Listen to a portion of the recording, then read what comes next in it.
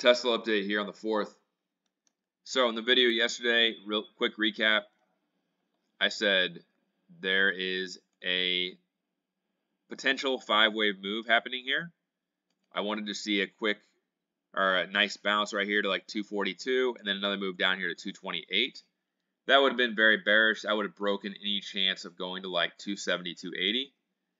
Or that was the end of the C wave in the 4th wave and we start moving higher. So I'm going to say this. I'll say that this is going to go to a minimum of this gap fill up here at 258 now. Minimum up here, but potentially much higher if this is a 4th wave. I guess you could potentially make an argument that this was a diagonal. So I'm not going to say 100%, but that is a very nice impulse move out the gate, and I'm leaning higher overall. We'll have to watch the pullback here and then the move up here to 258. I don't think it's going to go straight to 258. If it did go straight to 258, then that would be confirmation that it's going much, much higher. So I would expect a pullback out of this range. It's 4-hour supply, maybe back to like 245.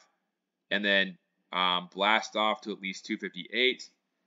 If it is indeed a first wave, then you're looking at potentially something like this to 270, 280. That would be a 3rd wave end, maybe into the RoboTaxi event. And then you'd be looking at potentially a pullback in earnings and another move higher after that. So right now, everything looks good, bullish. No reason to be bearish at all because we're going to go to 258 minimum. But we'll find out if it is the only bearish possibility, which is a diagonal right here, if it ends up being an ABC move. Other than that, you're looking at, again, just higher prices. And you have a week. There's 6 days until RoboTaxi. So, looks good to me. I got out of my shares somewhere in here, 248-ish, 249. My thinking was potentially getting a pullback and get back into them. I do have some calls as well, and we'll see how it plays out. There's a gap down here at 241. So if they want to be tricky, they can bring it down here. That's about the 0.78 fib retracement. And then you have the gap up here at 258. So one of the big signs that was really good when we ended yesterday was we finished above the 20-day moving average at, let's see, well now it's higher, but yesterday it was at like 240, a little bit less than 240, and we're also above every weekly moving average still. So the 200 was around here, I think. 200 is up here. We finished above that too. So still a very bullish chart, and yeah, that's what I see right now.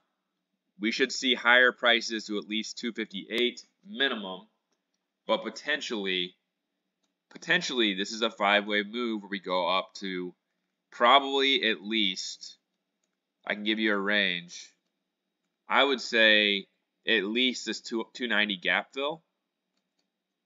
So that would look like this. And then maybe crash down, or it goes all the way up here to like 350 or something. But again, you have monthly supply up here. That's why I always want to talk about the possibility of a bearish move, because this is usually the sell zone on Tesla. Has been for now, how many years? I think it's been the sell zone for ever since this right here. So it's been the sell zone for 2 years.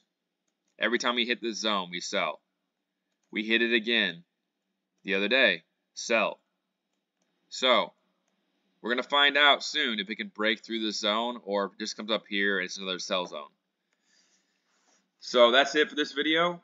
Quick update on Tesla. I'm bullish short term, probably into RoboTaxi minimum, and then we'll find out what the structure looks like and go from there.